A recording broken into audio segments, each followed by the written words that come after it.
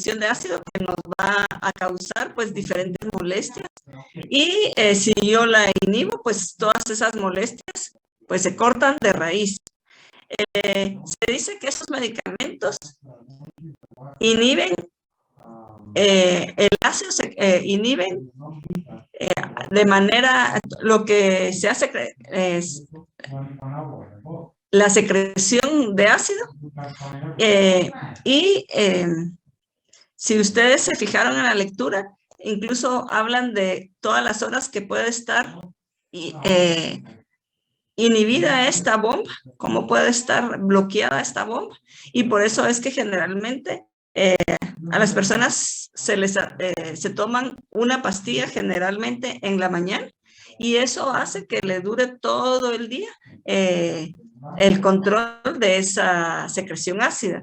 Y entonces va a controlar el ácido que se secretó y así la basal, o sea que ya no me permite que se vaya a producir más ácido. Esa es la ventaja de este tipo de medicamentos. Sí, Virginia, y Cabal decía ahí que tiene una inhibición irreversible de la enzima TEPasa, como dice Virginia, y el cuerpo debe sintetizar nuevamente la enzima. Entonces, por eso es tan importante y por qué revolucionó el tratamiento de estas enfermedades, porque inhibe de una vez a la enzima y el cuerpo tiene que volver a hacer la enzima para poder tener nuevamente la acción de esta bomba. Ya que Virginia participó, ¿de qué manera inhibe a la enzima, Virginia?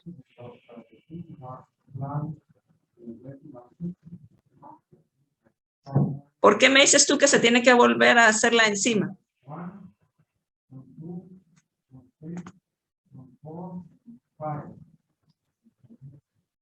Ahí dice Virginia que solo conecta su micro. Hola, buenas tardes. Pues, ¿qué tal, Virginia? Buenas tardes. Gracias. Yo puedo compartir lo que respondí en el cuestionario, y yo creo que es un super dato, de verdad, que tiene aminoácidos la enzima, ¿verdad? Tiene un residuo de proteína. Entonces viene la, ¿cómo digo? La molécula del inhibidor, pero no me acuerdo su nombre. Pero esa es la que tiene en común todos los inhibidores que vimos en el artículo. Entonces, ese va a formar un puente de azufre. ¿Cómo se dice puente de azufre? De sulfuro. Aquí, si te ayuda la imagen. Un puente de sulfuro, puente de sulfuro. Entonces, una se va a unir al residuo de la enzima, y el otro no me recuerdo con qué se va a unir. Entonces eso hace que se haga la unión y es irreversible. Entonces, como es irreversible, el cuerpo se los va a tener que arreglar para sintetizar nuevamente las enzimas. Exactamente, gracias, Virginia. Como Virginia se los acaba de decir y ustedes lo leyeron, esta unión entre la enzima y el compuesto, que ya vimos que la mayoría son benzimidazoles, y ustedes vieron ahí la relación estructura-actividad de los diferentes compuestos. Lo importante es que forma esta unión con la enzima y de una vez la inactiva, o sea que esa unión ya hace que la enzima se pierda, diríamos, se va para la basura, ya no sirve, y por eso es que el cuerpo tiene que volverla a sintetizar. Brenda Palacios.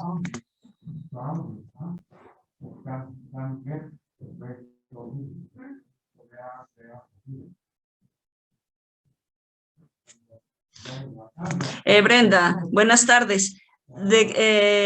¿Por qué es que estos medicamentos se formulan con capa entérica? Si van para el estómago y yo necesito la acción a nivel del estómago, ¿por qué es que se formulan con capa entérica?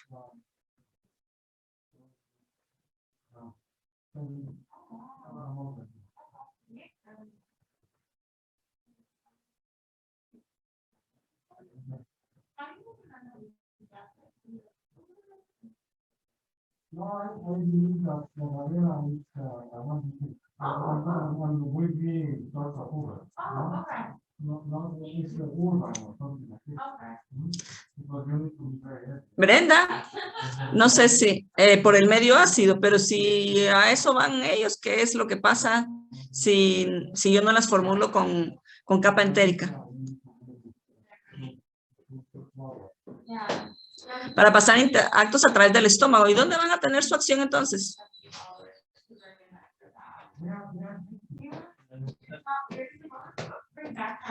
En el intestino.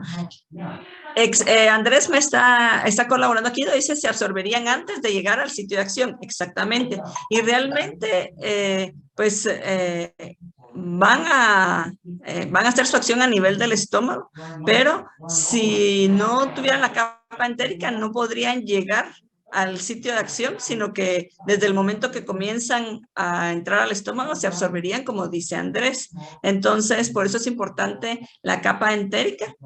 Y también su estructura fue pensada de manera que como están en medio ácido, ustedes se dieron cuenta que primero pues el compuesto se protona, luego se abre este anillo y luego se va a formar la sulfonamida, que es la que va a interactuar con la enzima.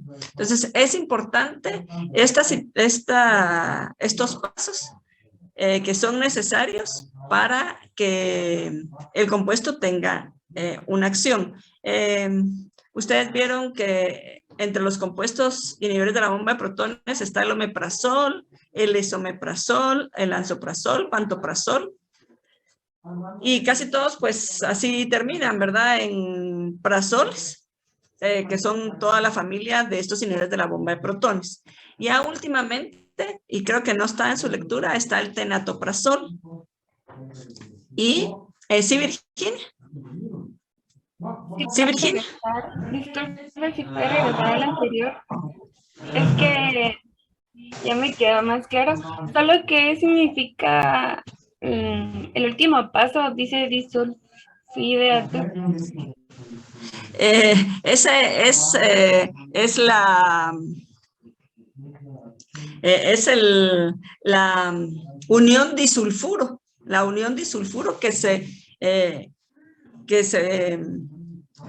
forma entre el compuesto, que es el inhibidor de la bomba de protones, y el aminoácido de la enzima. Entonces, es la unión disulfuro. Ah, ya. Gracias. Vale.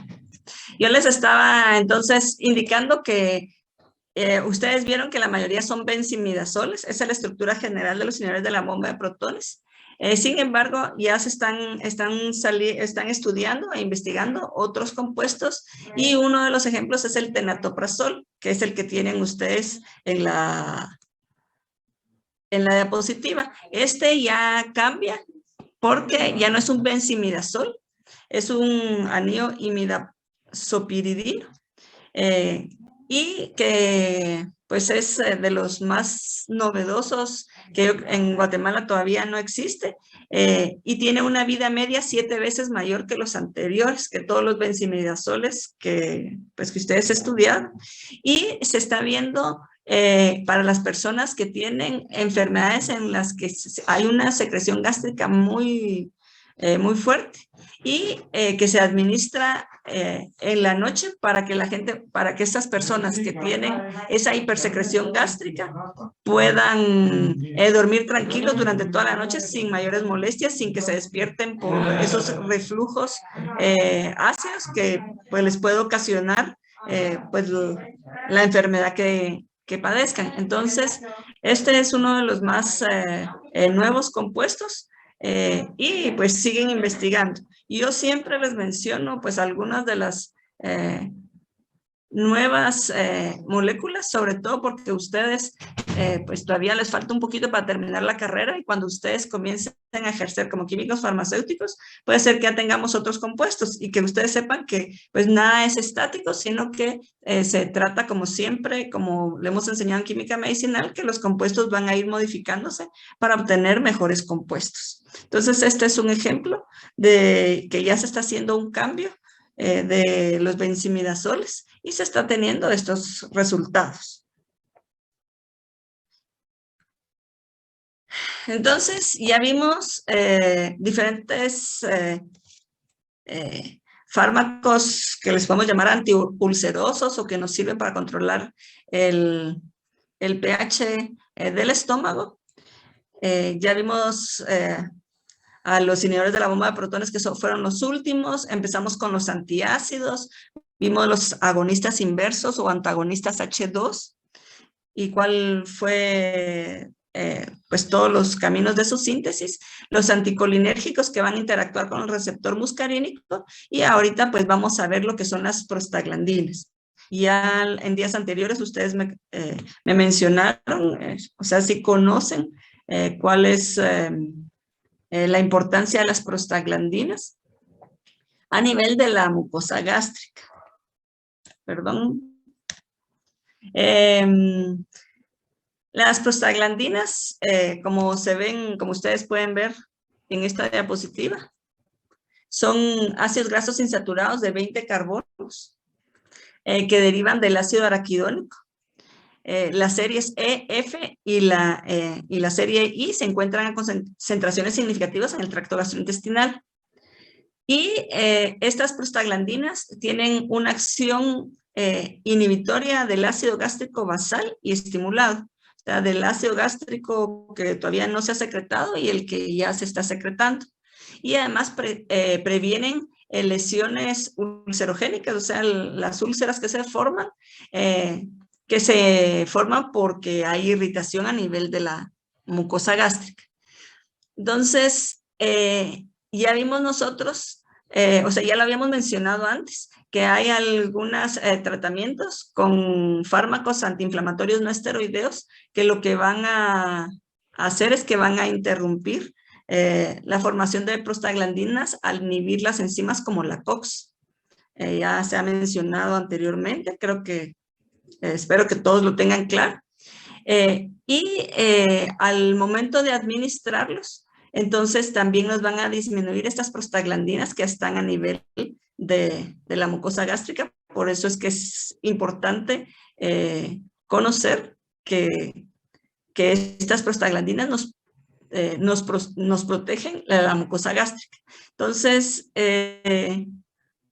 estas sustancias sintéticas que son prostaglandinas que vamos a dar como fármacos son capaces de estimular las prostaglandinas de la serie F e inhibir las prostaglandinas de la serie E y de la serie I que van a provocar la contracción del músculo liso intestinal.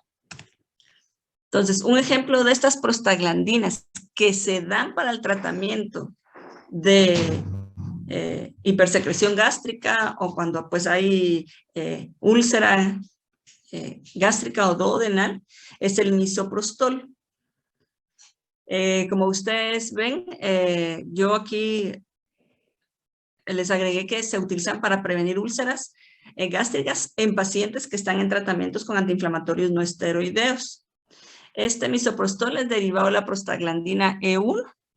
Entonces, y tiene efectos antisecretores y citoprotectores de las prostaglandinas y tiene una buena biodisponibilidad. Estimula la secreción de moco y bicarbonato y estimula el flujo sanguíneo de la mucosa. Entonces, como lo dice, pues tiene efectos antisecretorios y también va a estimular secreción de moco y bicarbonato que hace que nos proteja la mucosa gástrica. Esa es la función del misoprostol. Como yo les digo, es una prostaglandina sintética. Sin embargo, como yo les había mencionaba en la diapositiva anterior, también las prostaglandinas estimulan la contracción del músculo liso y por lo tanto no se recomienda que estas sustancias se administren a mujeres embarazadas porque puede provocar abortos. Aumentan contracción del músculo liso y por lo tanto ustedes saben que el útero es un músculo liso, puede aumentar contracciones y provocar los abortos. El problema es que en este mundo en que vivimos, así como una cosa nos puede servir para algo bueno, también a las personas se les ocurre para qué poderlo utilizar. Y lamentablemente, pues se vendía mucho misoprostol en las farmacias, o sea, más de lo que se hubiera deseado, y se encontró que era para ello, ¿verdad? O sea, para usarlo para provocar abortos. Entonces, en Guatemala está regulada la venta de misoprostol para evitar que le den un mal uso. Ustedes como químicos farmacéuticos, ustedes van a ver más adelante cuando vean el curso de legislación farmacéutica.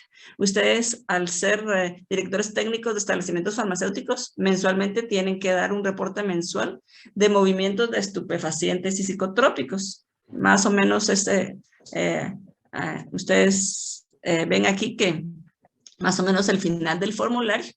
Y lo malo, pues, porque ustedes ya vieron algunas sustancias psicotrópicas cuando vimos la primera unidad, y entonces no hay otro formulario para regular otras sustancias que ya están controladas su venta, como es el misoprostol, y en el mismo formulario pues agregaron el misoprostol, la oxitocina, que es otro inductor de abortos, y la zopiclona, que ustedes se acuerdan que ya la estudiamos.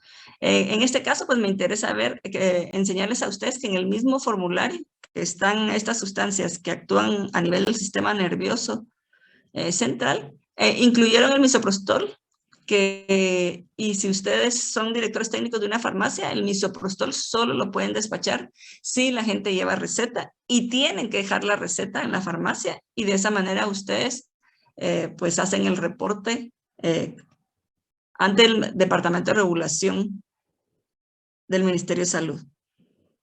Entonces, se los quería mostrar porque lo estamos viendo como un fármaco antiulceroso o que me sirve para casos de hipersecreción gástrica, pero está controlado por esa situación. Y pues ya vimos, si ustedes llevaron la cuenta del dibujito ya vimos prácticamente todos esas sustancias que nos ayudan en el caso de úlcera gástrica y duodenal, y ya solo nos queda ver a los protectores de la mucosa. Aquellas sustancias que se van a administrar para proteger la mucosa. Entre ellos tenemos los complejos químicos, los ésteres sulfatos y sulfonatos derivados de polisacáridos y lignina, que forman complejos con la pepsina, que ustedes saben que es una enzima que se secreta a nivel que la vamos a encontrar a nivel gástrico.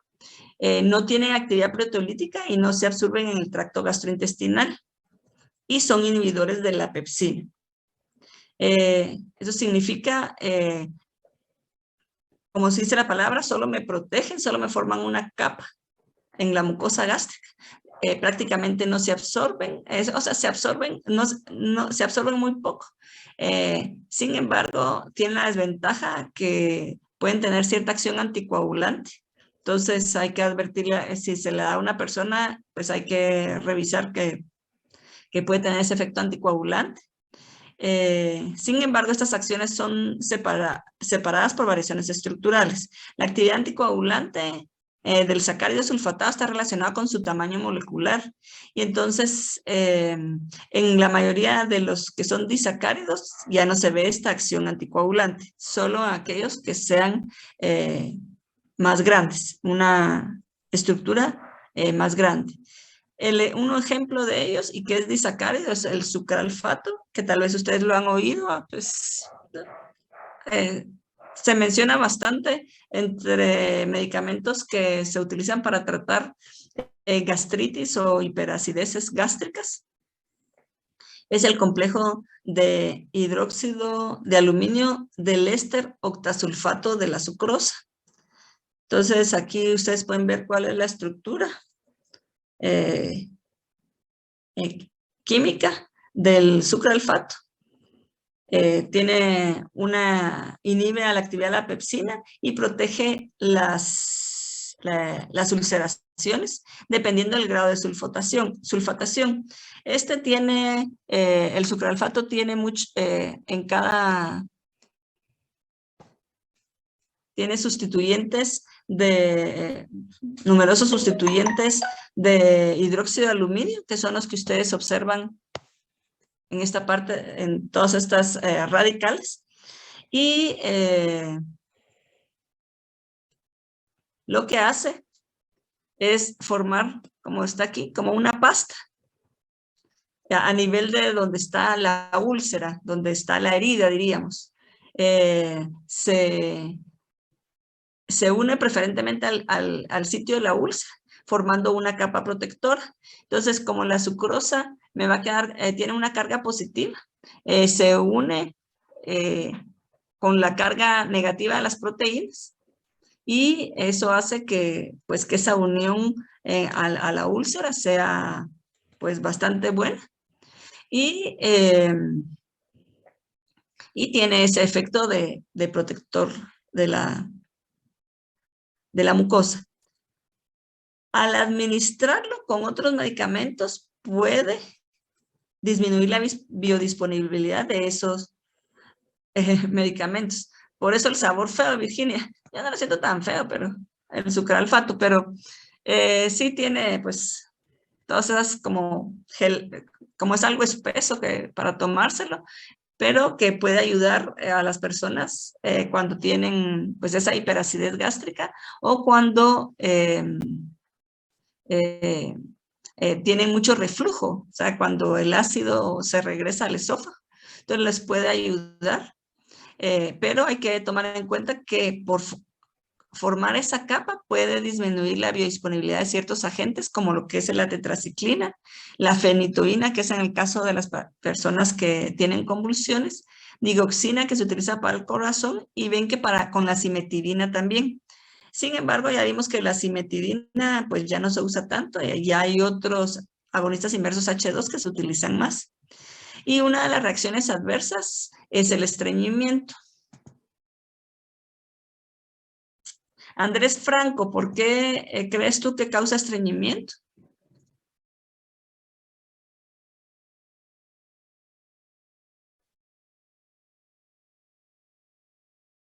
Andrés Franco.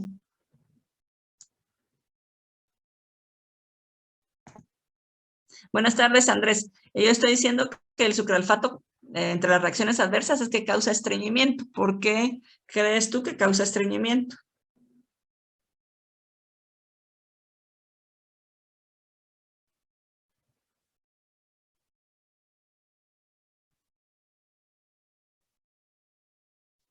Acuérdense cuando vimos los antiácidos.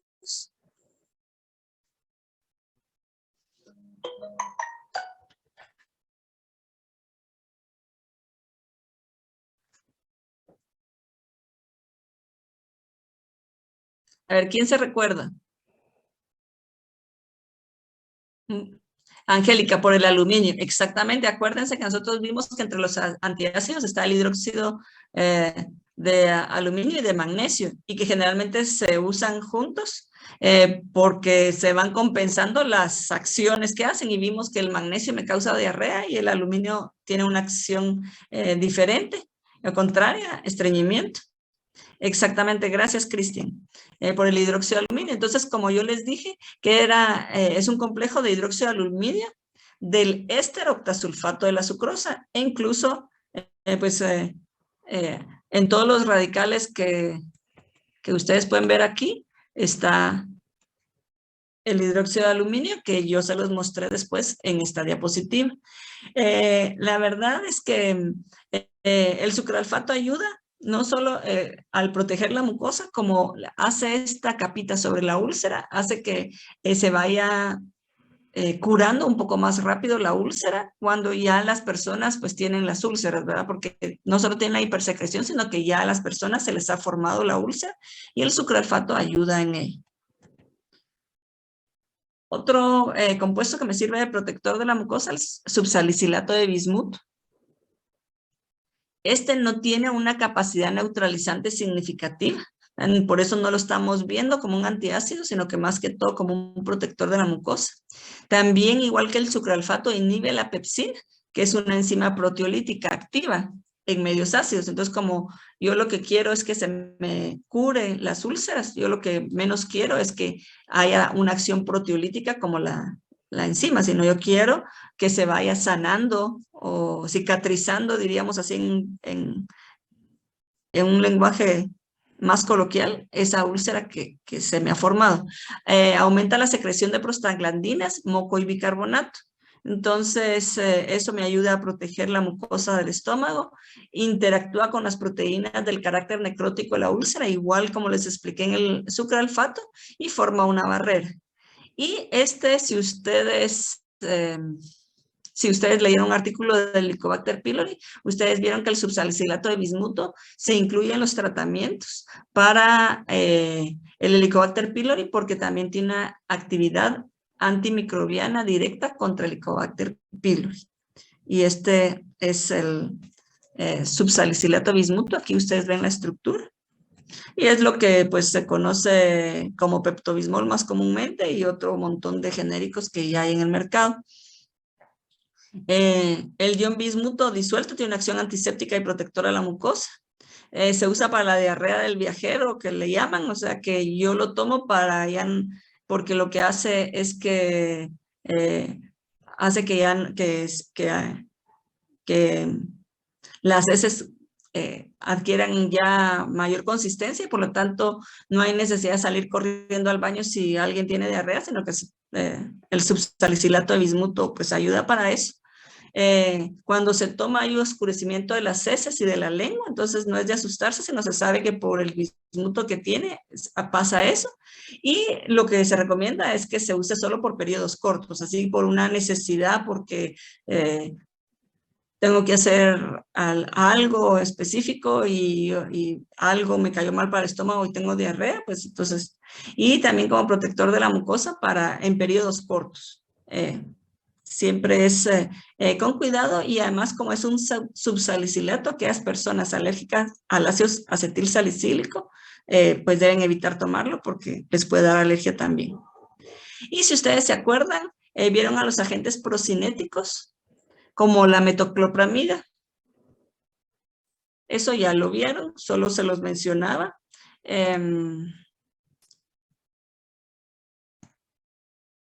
Cristal López.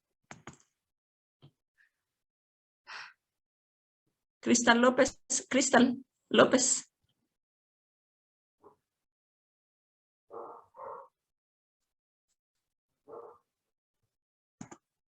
Cristal, buenas tardes. De los agentes procinéticos, ¿qué te acuerdas tú de lo que ya lo estudiaron? ¿Y por qué los estoy incluyendo aquí?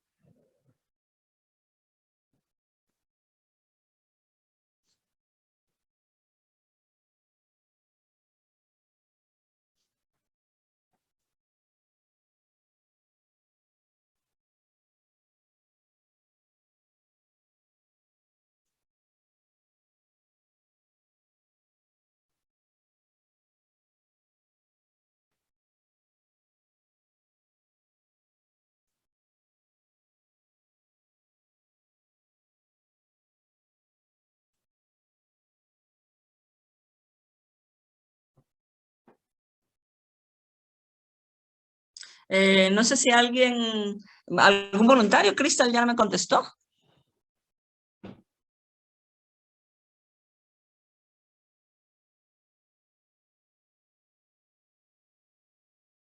No hay voluntarios. La vamos a ver, ¿ya alguien me contestó? Jacqueline Acton, mejoran el vaciamiento gástrico. Sí, ustedes lo vieron cuando vieron los antipsicóticos porque ustedes estaban viendo ahí a la dopamina y se habló de que resulta que la dopamina cuando está estimulado el receptor D2, me inhibe la contracción. Me inhibe la contracción de la musculatura lisa.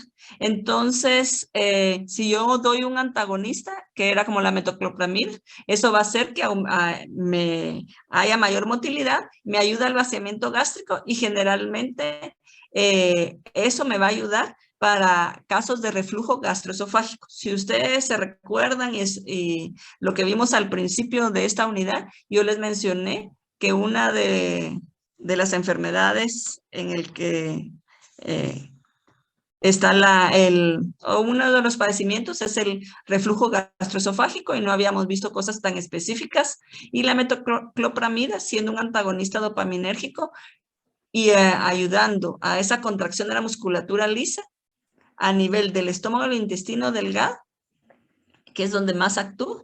Entonces, me va a ayudar al vaciamiento gástrico, como dice Jacqueline, pero eso me disminuye, me ayuda para que con ese reflujo gastroesofágico, para que, así como yo les digo, no se regrese el ácido al esófago. Entonces, son diferentes las estrategias para protección gástrica a la exposición ácida, que es lo que vimos en esta unidad. Yo puedo inhibir la secreción y vimos cuáles son los agentes que me pueden ayudar a inhibir la secreción y cada uno de ellos interactúa a diferentes receptores. También puedo ayudar previniendo el contacto, como los que acabamos de ver, los protectores de la mucosa, y ya vimos cómo es que actúan estas sustancias. Y al principio vimos que también podemos neutralizar el ácido por medio de los antiácidos. Y estos son pues el conjunto de sustancias que me van a regular el pH a nivel gástrico y que me pueden ayudar en caso de úlceras gástricas, úlceras duodenales, enfermedades de Zollinger-Ellison y reflujo gastroesofágico. Con ello terminamos esta unidad y en este momento vamos a empezar con sus compañeros que van a presentar sus trabajos. Que empezamos con los antiinfecciosos, ¿verdad, Nereida? Exacto, Erika. Bueno, chicos, vamos a iniciar. Vamos a ver. Grupo 1, por favor, integrantes, decir presentes. Jocelyn Álvarez. Jocelyn Álvarez. Presente. ¿Presente? Ruth Jocelyn Varías. ¿O es Jocelyn Álvarez Varías? Es Álvarez Varías, ¿verdad? Sí. Pues siempre dice Jocelyn Varías. Ruth Elizabeth y Mesa. Así estás como candidata. Jocelyn Varías, y así estás como candidata a electora. ¿Sí o no? ¿O yo estoy confundiendo? ¿El Varías? ¿Sí? ¿Sí? Ay, pero si tu nombre es Álvarez. Tu apellido es Álvarez. Es que siempre uso el Varías. Sí, pero ahí en las cosas legales. Ese es un proceso legal ahí para que lo tengas por eso, porque me fijé que está Jocelyn en una planilla. Va. Ruth Mesa García Salas. Ruth ya no está llevando el curso, licenciada. Ya no está llevando el curso. No, ya no, ya nos mandó nota, que ya Yo se había desasignado. Me recuerdo que la había visto el martes en el examen, tal vez confundí. No. Ana Gabriela Contreras. Presente. Byron Hernández. Presente. Juan José Tavarini. Presente. Perfecto, gracias. Ana Gabriela expone, por favor. Ya está habilitado y tomo el tiempo, chicos.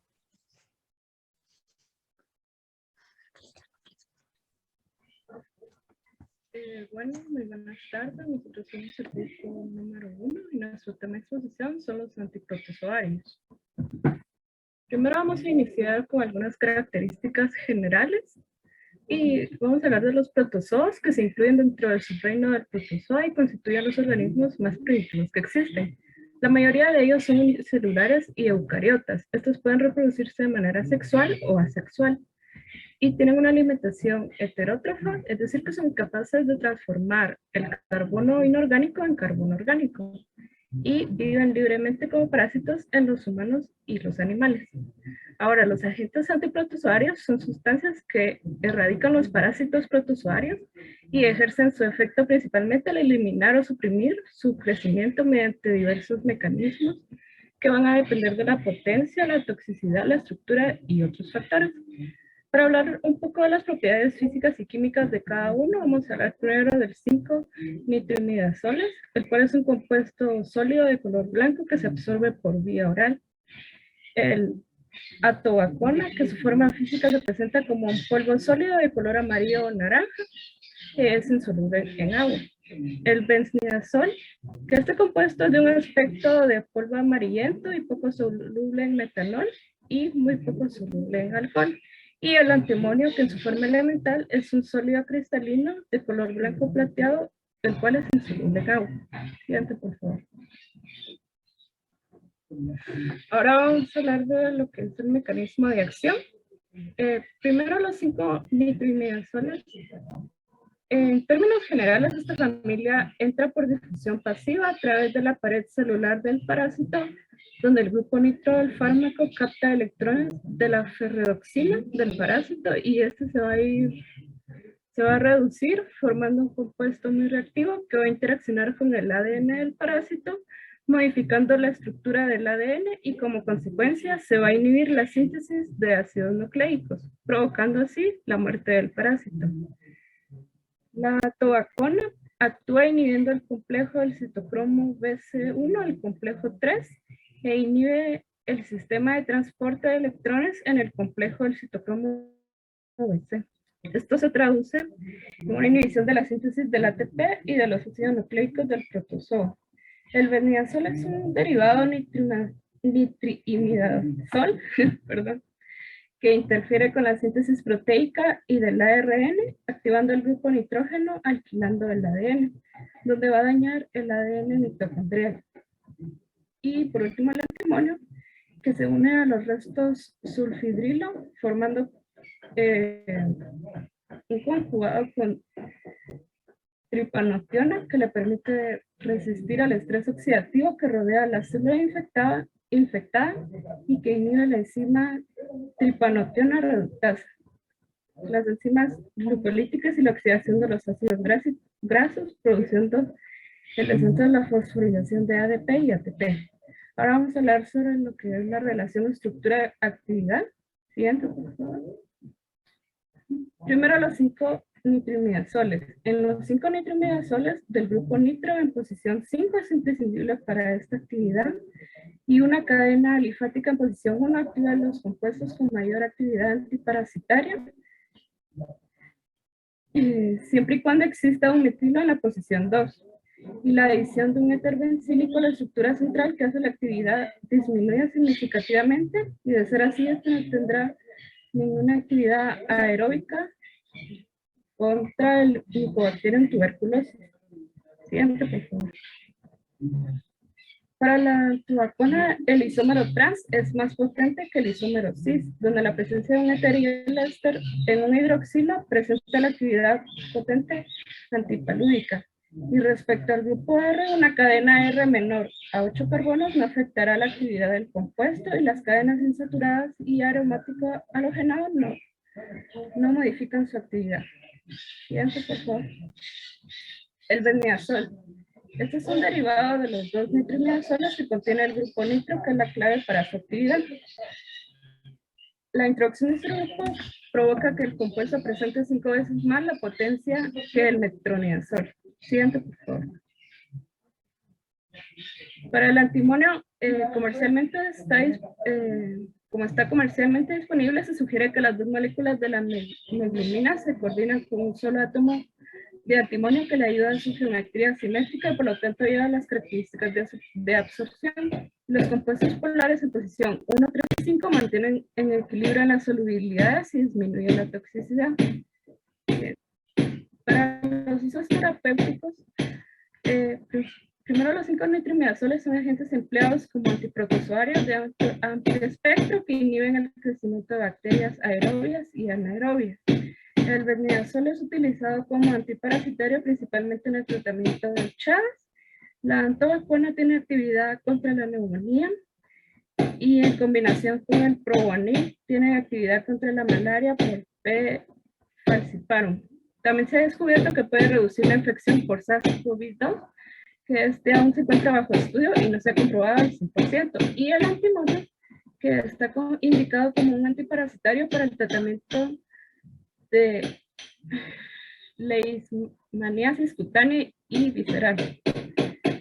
Los efectos adversos que tienen estos componentes, primero los 5-nitrimidazoles pueden causar efectos adversos como los trastornos gastrointestinales, presentando dolor epigástrico, náuseas, vómito, diarrea, mucositis oral, trastorno de sabor y la anorexia. Está contraindicado en casos de hipersensibilidad y no se debe administrar en casos de disfunción hepática o renal grave. Siguiente. La tobacona, los efectos adversos que presenta son trastornos del sistema como cefalia, mareos, insomnio, trastornos gastrointestinales, presentados como dolor abdominal, náuseas y vómitos. Eso está contraindicada la hipersensibilidad conocida como el tobacona o Probonil o cualquiera de sus componentes de formulación. Siguiente. El besnidazol, los efectos adversos más comunes es la dermatitis alérgica, la neuropatía periférica, la anorexia, la pérdida de peso e insomnio. Presenta contraindicaciones del tratamiento, incluyendo la presencia de enfermedad hepática, de hígado o renal en los riñones graves. Al antimonio, el comienzo de este tratamiento puede producirse una reacción febril pasajera acompañada de escalofríos o sensación de mareo, tos y vómitos. Estos están contraindicados a personas hipersensibles al principio activo o algunos sus excipientes, personas con insuficiencia renal, cardíaca o hepática. Siguiente, por favor. El análisis de nuestro artículo fue la aplicación de la topología molecular a la búsqueda de nuevos compuestos derivados del 4-nitrimidazol activos frente al Trypanosoma brucei. Esto se realiza la investigación de nuevos compuestos derivados del 1-aril 4-nitro-1-hachimidazol que presentan actividad antitripanosómica, en donde se realizó la topología molecular para buscar la relación cuantitativa de la estructura de actividad de estos derivados, caracterizados por medio de índices topológicos, en donde se analizaron 49 fármacos, teniendo como fármacos de referencia el fexmidazol, medazol, el melasoprol y el eflornitine, en donde presentan la actividad inhibitoria cuando se presenta, en los cuales se realizó una modificación en el anillo bencénico, monosustituyéndolos, disustituyéndolos o agregando un grupo nitrimidazol mono o disustituido en el anillo bencénico, en donde a partir de este procedimiento se obtuvieron 28 compuestos con el 100% de actividad antitripanosómica, y esto por medio de 62 descriptores topológicos que describen los aspectos topológicos y estructurales de cada molécula. Y buscando nuevas estructuras químicas derivadas del compuesto 4-nitrimidazol potencialmente activas frente a Trypanosoma brucei, se realizó un fibrado molecular obteniendo 10 moléculas consideradas potencialmente activas para investigar y realizar su síntesis para comprobar la actividad predicha por ese modelo. Estas son nuestras referencias consultadas. Muchas gracias por su atención. Perfecto, gracias chicos. Justo a tiempo terminaron antes de tocarle la campanita. Va. No sé si hay alguna duda para sus compañeros. En el instructivo de evaluación, les recuerdo que la semana pasada les dije que lo había modificado del que les había subido en un inicio. La modificación es leve, más que todo en la primera columna que les puse para que evalúen la calidad del resumen. Tomen en cuenta que con respecto a la información que existe en el resumen, es su guía para poder realizar los exámenes cortos o prepararse para la información en el parcial. Entonces, para que lo puedan revisar, ya en la plataforma pues, se encuentran los resúmenes de estos 3 primeros grupos. Y Luque, no sé si usted tiene alguna duda para ellos por el momento.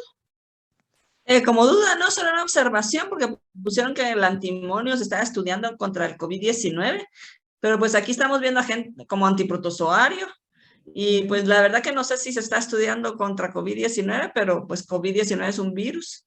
Entonces, solo esa observación. Sí, solo lo agregamos como un dato relevante por estar en la pandemia. Pero sí se está Ah, estudiando bueno, por el Instituto de Medicina estadounidense, creo que es. ya. Dato curioso. Ah, bueno. Ujú. Vale. Y ahí me confundí un poquito en las acciones sobre algunos protozoos, pero bueno, vamos a ver el resumen que esté. Eso está claro. Bueno, vamos a pasar con el siguiente grupo por razones de tiempo y que no les quiero robar mucho tiempo de su viernes, ¿verdad? Entonces, grupo número 2, Ninfa, Presente, Lic. Fabiola, Presente. Indira Montes, Presente. Karin Escobar, Presente. Andrés Barrios. Presente. Perfecto. Karin expone, por favor. Corre tiempo, chicas. Bueno, buenas tardes. Nosotros somos el grupo número 2 y vamos a presentar sobre los antimaláricos. Bueno, para empezar vamos a definir qué es la malaria. Es una infección parasitaria a nivel tisular y sanguíneo, producto de la infección por los protistas del grupo Plasmodium, por la picadura de los mosquitos del género Anopheles. Un parásito con un ciclo de vida de varias fases capaz de infectar los hepatocitos y los glóbulos rojos, dependiendo de la fase específica del parásito. Es por esto que para la administración de fármacos cada uno cuenta con un mecanismo de acción que interrumpe el ciclo de vida del parásito. Dentro de los que se mencionan se encuentran aquellos que interfieren en el proceso infeccioso producido por los merozoitos sobre los eritrocitos para la producción de gametos. Este mecanismo indica que los antimaláricos interfieren con la actividad de la enzima hemopolimerasa, la cual les permite degradar la hemoglobina en hemozoína. Pero si esta enzima se encuentra inhibida, la hemoglobina permanece, la cual es tóxica para los parásitos e induce su lisis. Por otro lado, tenemos a los gametocidas masculinos, los cuales interfieren en la síntesis de nucleoproteínas para la síntesis de su material genético que inhibe su proceso de fecundación. Sin embargo, con el paso de los años, los Plasmodium han llegado a generar determinada resistencia frente a estos tratamientos terapéuticos, por lo que se ha implicado el uso derivado como para ser capaces de disminuir dicha acción. Siguiente, por favor. Bueno, tenemos que algunas de sus propiedades físico-químicas en la basicidad dentro de los derivados de la quinina resulta de gran importancia debido a que esta no solo favorece su liposolubilidad para efectuar su actividad, sino que su pKa también disminuye para favorecerla. En los antimaláricos, los grupos donadores de electrones reducen el pKa del nitrógeno en la estructura del antimalárico, el cual facilita su actividad inhibitoria de la hemopolimerasa en un 7%. Además, las alquilaciones también disminuyen su solubilidad en agua y el pKa, lo cual suele favorecer su actividad antimalárica, siendo más potente que los que presentan un pKa muy básico. Además, la presencia de grupos polares en algunos casos, como la hidroxicloroquina, favorecen también los efectos frente a la resistencia generada por los Plasmodium debido a la formación de puentes de hidrógeno que interfieren en la replicación del ADN. Siguiente, por favor. Bueno, entre los fármacos que se utilizan para tratar a la malaria tenemos la quinina, que es una sustancia alcaloide de origen natural, la cual cuenta con una actividad antimalárica mediante la inhibición de la hemopolimerasa y la replicación del ADN. Esta actividad es debido a la presencia de su grupo hidroxilo y al enlace carbono-nitrógeno, producido por la amina terciaria. Sin embargo, dicho enlace puede sustituirse por grupos amina terciarios alquílicos para favorecer su actividad frente a P-Vivax y a P-Malariae, que puede administrarse solo o en combinación con antifolatos o antibióticos. Siguiente. Luego tenemos a los derivados 4-aminoquinolinas, en la cual su actividad antimalárica es llevada a cabo sobre la hemopolimerasa y una inhibición secundaria sobre la replicación del ADN. Dentro de su estructura, estas deberán contar con 2 nitrógenos protonables, una amina terciaria dietílica o de piperidina, un sustituyente en carbono 7 donador de electrones que favorezca su actividad y una cadena lateral no ramificada menor a 4 carbonos y mayor a 7 para actividad y menor posibilidad de producir resistencia. Debido a ello, se usan como un tratamiento profiláctico o frente a la resistencia de la cloroquina. Siguiente, por favor. Bueno, y aquí tenemos tanto las estructuras como la forma oficial en la que se venden tanto la cloroquina y la hidroxicloroquina. Siguiente. Bueno, luego vamos a mencionar los derivados de las 8 aminoquinolinas, en la cual la primaquina cuenta con un mecanismo inhibidor de la replicación del ADN que favorece su actividad antimalárica frente a la forma de los esquizontes en el hígado y a la producción de gametos como el gametocida. Además, dentro de su estructura de la cadena lateral de 2 a 6 carbonos impares y las sustituciones sobre el anillo quinolínico llegan a favorecer su actividad como sucede con las sustituciones del carbono 2 con difluorometil y metoxi, en carbono 4 con grupos alquílicos pequeños que disminuye su toxicidad y en carbono 5 donde los anillos aromáticos metasustituidos con donadores de electrones favorece su potencia. Pero las sustituciones sobre carbono 3 y 7 disminuyen su actividad, al igual que las sustituciones polares sobre el carbono 6, que además aumentan su toxicidad. Estos son utilizados como profilácticos o antimaláricos del PBVAX. Siguiente, por favor. Y aquí tenemos la estructura y la forma en la que se vende la primaquina. Siguiente. Bueno, luego tenemos los alcoholes arílicos, que dentro de estos compuestos disponemos de la alofantrina, un antimalárico del PBVAX o del P-falciparum, inhibidor de la hemopolimerasa en casos de malaria grave. Esto debido a que dentro de su estructura, en la presencia del anillo aromático, el grupo hidroxilo, la cadena lateral de 2 a 3 carbonos y una amina terciaria son importantes para su actividad. Además, es posible favorecer su actividad al sustituir con donadores de electrones el anillo aromático. Siguiente. Luego tenemos a las artemisinas, que son fármacos inhibidores de la hemopolimerasas, pero además tienen la capacidad de formar radicales libres tóxicos para el P-falciparum resistente y favorecer su eliminación.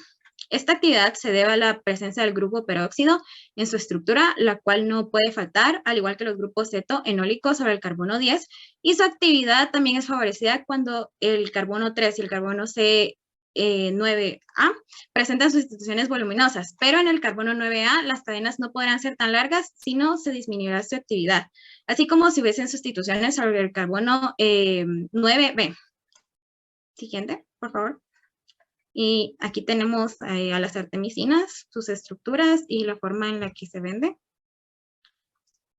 Luego tenemos a los antifolatos, que este grupo de fármacos inhibe la síntesis de folatos sobre el agente infeccioso, de manera que se inhibe la síntesis de ADN necesaria para la producción de gametos, del cual suele utilizarse la pirimetamina como agente sinérgico sobre la resistencia a la cloroquina. Esta estructura señala la importancia de un anillo aromático bencénico, un aceptor y 2 donadores de protones sobre el anillo de piridina, y la presencia de los grupos de donadores de electrones no ramificados sobre el anillo aromático, que no solo son indispensables, sino que favorecen su actividad como el hidroxilo, la amina, el cloro y el metilo. Siguiente. Las tetraciclinas, que son antimaláricos, dentro de esos antimaláricos podemos mencionar a la doxiciclina como un profiláctico frente a la malaria y un tratamiento sinérgico sobre los antimaláricos al inhibir la capacidad reproductiva de los merozoitos. Su estructura le confiere un amplio espectro antimicrobiano debido a la presencia de los tautómeros cetoenólicas sobre los carbonos 1 a 3 y 10 a 12. Su amina terciaria S en carbono 4 y su grupo amida sobre el carbono 2. Por último, vamos a mencionar a la tobacuana, el cual es un antibiótico que también actúa como un tratamiento sinérgico en conjunto con los antimaláricos, al inhibir la cadena de transporte de electrones. Y su estructura de sustituyente sobre el carbono 2 es altamente voluminosa e hidrofóbica, la cual le confiere una actividad antimicrobiana, sin producir efectos tóxicos, como si se tratara con grupos metoxi o metilo, o una baja en su actividad si fueran grupos hidroxilo. Siguiente. En cuanto a la toxicidad, su uso también está condicionado ya que se han reportado efectos adversos relacionados con náuseas, dolor abdominal, vómitos, pérdida de peso, hemólisis de glóbulos rojos por deficiencia de glucosa 6-fosfato deshidrogenasa o incluso retinopatías irreversibles. Siguiente. Bueno, en cuanto al artículo, tenemos que detallar el proceso del diseño racional de nuevos fármacos mediante técnicas in silico de antimaláricos, empleando filtros de similitud entre fármacos en relación a las reglas de farmacocinética ADME y técnicas in vitro mediante el cultivo de Plasmodium falciparum y test de inhibición respectivos. Mediante esto se obtuvieron 37 modelos in silico activos, con una concentración inhibitoria menor a 20 micromolar, los cuales llevaron a cabo un análisis de diversidad para la maximización de la misma y mediante un voto no ponderado, dichos modelos se fusionaron entre sí para la determinación de un número modelo de mayor actividad y menor producción de compuestos inactivos, el cual permitió una determinación de 38 compuestos activos bajo dicho modelo fusionado de 154 compuestos obtenidos inicialmente.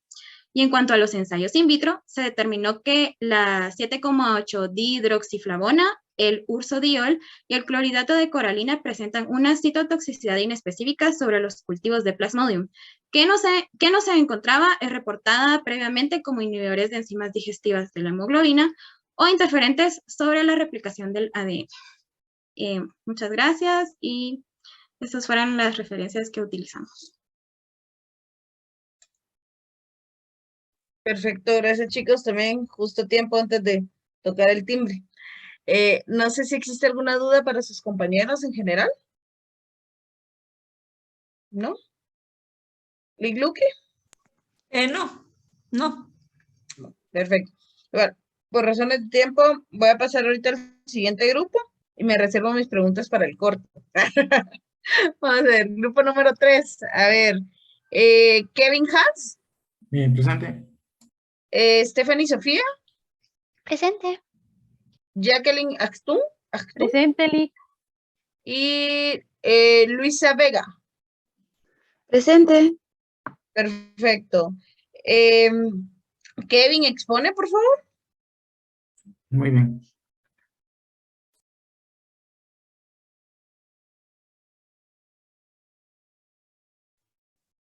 Ya corre el tiempo, chicos.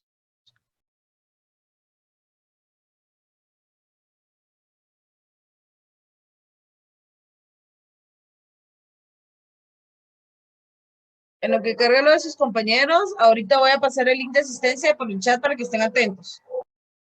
Bueno, iniciamos.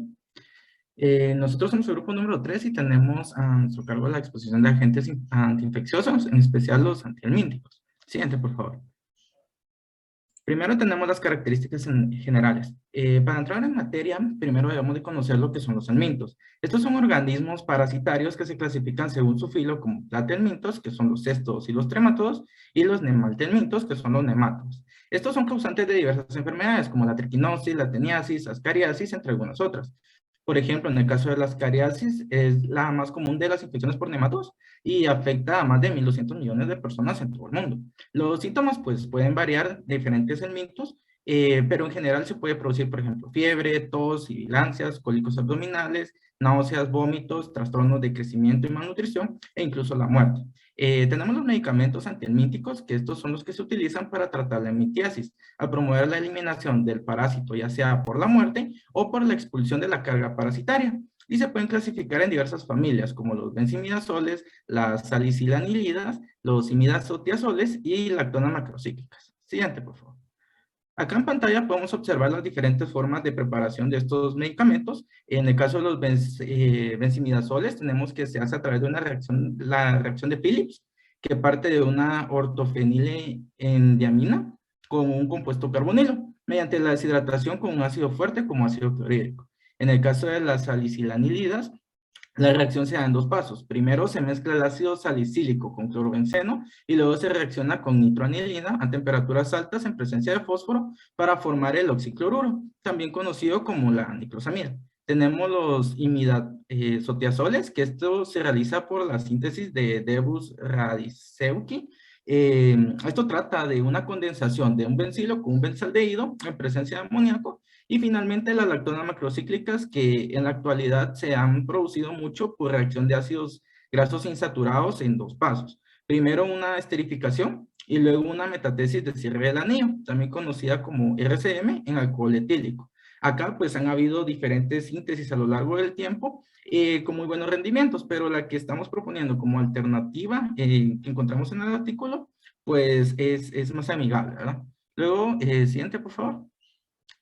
Tenemos en pantalla un cuadro de comparación de las propiedades físico-químicas de las familias de los fármacos y acá podemos observar entre varios aspectos que todos se encuentran en estado sólido, a temperatura ambiente, que son de color blanco. La mayoría son, bueno, todos son insolubles o muy poco solubles en agua, lo cual limita su aplicación por vía oral. pero presenta muy buena solubilidad lipídica. Esto lo que aumenta es el tiempo de vida del fármaco a nivel sistémico. También tenemos que los puntos de ebullición son bastante altos y los pKa son variables debido a las diversas estructuras. Esto les permite pues una buena estabilidad ante diversos pH de los ácidos gastrointestinales donde se necesita que sean absorbidos. Siguiente, por favor. Luego tenemos los mecanismos de acción. Para empezar tenemos los benzimidazoles. Estos se basan en una inhibición microtubular. Acá lo que sucede es que se realiza una unión competitiva irreversible del benzimidazol a la tubulina, el nematodo, por el extremo positivo. Esto inhibe la enlogación del microtúbulo y junto con la separación del otro extremo. Esto lo que hace al final es un acortamiento del organelo hasta que este se deteriora. Un dato curioso, los microtúbulos son vitales para la función celular, como el transporte de nutrientes, división mitótica, excreción de desechos y estructura celular. Por lo tanto, que estos sean dañados produce la muerte en el parásito. Siguiente, por favor. Luego tenemos las salicilanidinas, que son desacoplantes de la fosforilación oxidativa. Acá el fármaco actúa como un ionóforo de hidrogeniones, lo que hace que permite el paso del protón hidrógeno en la membrana, y esto altera el gradiente de protones. Al alterar el gradiente de protones, se desacopla la fosforilación oxidativa y se impide la producción de ATP. Por lo tanto, se inhibe la actividad del parásito hasta que muere o es expulsado. Siguiente, por favor. Tenemos el mecanismo de los imidazotiazoles, que este es agonista de receptores de acetilcolina. El fármaco se une a receptores nicotínicos, abre canales de sodio, lo que aumenta el paso de sodio a la membrana y despolariza la membrana. Esto provoca una contracción muscular y parálisis espástica del nematodo. Por lo tanto, empieza a consumir sus propios nutrientes y ya no los del huésped hasta que este pues muere por inanición. Luego tenemos, siguiente por favor, las malactonas macrocíclicas. Estas son moduladores alostéricos positivos de cloro. Se acoplan a receptores de glutamato y esto lo que hacen es incrementar la permeabilidad de la membrana con el cloro. Permiten el ingreso, lo que provoca una hiperpolarización, y esto produce una parálisis muscular faringea y somática, lo que induce una parálisis flácida que impide el paso de los nutrientes hacia el parásito y provoca también la muerte por inanición. Siguiente. Luego tenemos el praziquantel. Este lo decidimos añadir por su amplio espectro y que es el más utilizado en tratamiento de trematodos. Este lo que hace es aumentar la permeabilidad de calcio al interior del parásito. Lo que hace después del calcio que ingresa al parásito es inhibir la captación de glucosa. Entonces, al inhibir la glucosa externa, fuerza al parásito a consumir su propio glucógeno y produce contracciones, desprendimiento del aparato de succión del parásito y alteraciones en su metabolismo, lo que finalmente produce una muerte del parásito. Siguiente, por favor. En los aspectos de la relación estructura-actividad, en cuanto a los benzoimidazoles, tenemos que las posiciones 2 y 5 presentan una mayor actividad antihelmíntica. El radical R1 puede ser un anillo aromático ortosustituido con un halógeno, también puede ser un heteroátomo o puede ser un metilcarbamato para no perder la actividad. La sustitución del átomo del nitrógeno del anillo imidazólico puede modificar diversas estructuras ácido-base, y cuando el grupo R2 es un grupo que una sustitución del R2 puede evitar una inactivación metabólica y por lo tanto puede aumentar la actividad del fármaco. Siguiente. Tenemos la rea de las salicilanilidas, que esta presenta un grupo hidroxi en la posición 2 del anillo A. Este es esencial para la actividad contra tenias y trematodos. Tenemos la presencia de un enlace amida o tioamida que conecta los anillos A y B, que también es muy importante para la actividad antihelmíntica. Las salicilanilidas poseen mejor actividad que las salicilanilidas, y una sustitución del grupo X por un grupo amidina, aminometilo o éster puede disminuir la actividad, ¿ok? Entonces, luego tenemos que el mejor perfil de la actividad se obtiene introduciendo un cloro en las diferentes posiciones de los anillos A y B de los sustituyentes. Siguiente, por favor. Tenemos los imidazotiazoles, que acá pues el azufre en la posición 1 es esencial para la actividad. También tenemos que añadir sustituyentes R2, puede favorecer dicha actividad. Y en general, pues un menor número de insaturaciones que tenga el fármaco ya final pueden favorecer la actividad, ¿ok? Entonces, mientras menos insaturaciones tenga, mejor. Siguiente. En el caso de las lactonas macrocíclicas, tenemos, creo que no se ve, no sé, ahí está. Ahí está. En las lactonas macrocíclicas tenemos que el grupo OH en el carbono 5 es esencial para la actividad antihelmíntica y para una mejor eficacia. Luego tenemos que la lactona está unida a 2 azúcares y si nosotros removemos estos azúcares va a disminuir en gran porción su potencia y su actividad. Y tenemos que un grupo secundario en el carbono 25 presenta una mayor potencia. Siguiente. En cuanto al praziquantel, lo que tenemos es que su máxima actividad es cuando el sustituyente es un ciclohexil carbonil. Es necesaria la presencia de un grupo carbonilo en posición 4 para su actividad y procede un centro quiral. Por lo tanto, el isómero positivo es el menos activo y el isómero negativo es el más activo. Siguiente. En los usos terapéuticos, como se puede observar en la diapositiva, se tomaron en cuenta 3 tipos de parásitos: nematos, trematos y cestos. Algunos ejemplos por nematos de enfermedades son las cariasis y la triquinosis. Ambas pueden ser tratadas con albendazol o mebendazol, los cuales son benzodiazoles. También se puede mencionar la estrongilodiasis, que se puede tratar con ivermectina, que es una lactona macrocíclica. En los tremátodos se puede mencionar los esquitosomiasis, los cloroniquiasis y los paragonimiasis, que se pueden tratar por praziquantel. Y por último, en los cestos tenemos que se producen enfermedades como neurocistecericosis o difilovitriasis, que pueden ser tratados con praziquantel o niclosamida. Siguiente, por favor. Luego tenemos Tiempo, chicos. Hans. Quedamos a tiempo, cabal. Gracias. Bueno, gracias. El resto de la información, pues, la van a encontrar en el resumen de sus compañeros. Todos los grupos, 10 minutos, cabal acaba de sonar la alarma del cronómetro. ¿Alguna pregunta ahorita con lo que acaban de exponer sus compañeros?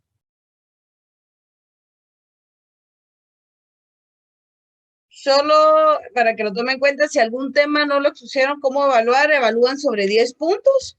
Si alguno de los puntos que tenían que explicar no lo expusieron, pues le ponen 0 en la parte de la exposición.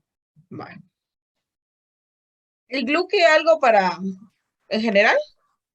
No, solo que vean que en los antihelmínticos es una cantidad de compuestos que hay y que vean que se aplican los mismos conceptos que ya han ido viendo de cómo es que afectan los sistemas nerviosos o de los, en ese caso, de los nematos o de estos organismos y que pues se aplican, diríamos, las mismas, o sea, muchas cosas similares a la fisiología que hemos estado mencionando cuando vemos los diferentes compuestos y cómo es que algunas estructuras químicas están relacionadas, aunque sus aplicaciones son distintas. Solo es como esa observación porque ellos tienen un montón. Ajá, sí, Hansa. Sí, exacto. Es una variedad de grupos en los que se va a ir relacionando ahí. Bueno, no les quiero robar más de tiempo de su día viernes, solo en el transcurso de la clase, con hecho pensado durante la clase, les asigné una vez algunas tareas proyectándonos en las próximas semanas y meses. Por favor, revísenlas. Se les habilitó un documento de lectura en la unidad de hipoglicemiantes. Esa creo que no les da anuncio cuando les abro el documento de lectura. Ahí está para que lo comiencen a leer.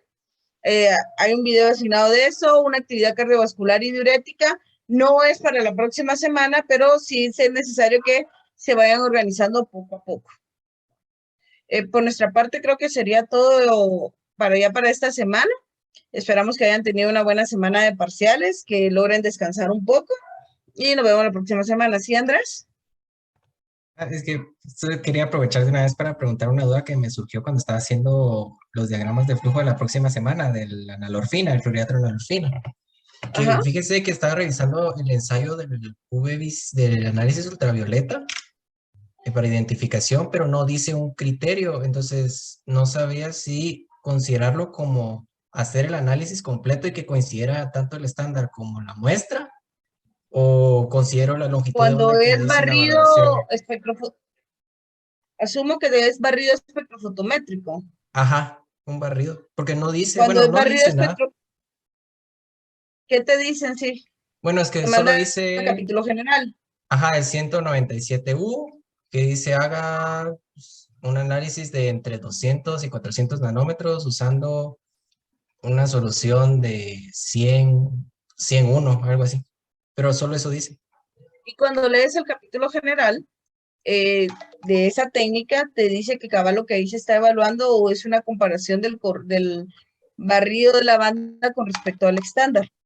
Entonces comparas Ok, el espectro no IR, sino espectro fotométrico.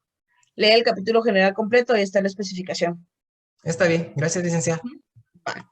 Está bien, chicos. Entonces, feliz descanso. Como les decía, esperamos que hayan tenido una excelente semana de parciales y darle con ganas. Ya estamos casi en mitad de semestre. Nos vemos, chicos. Feliz Feliz noche. fin de semana.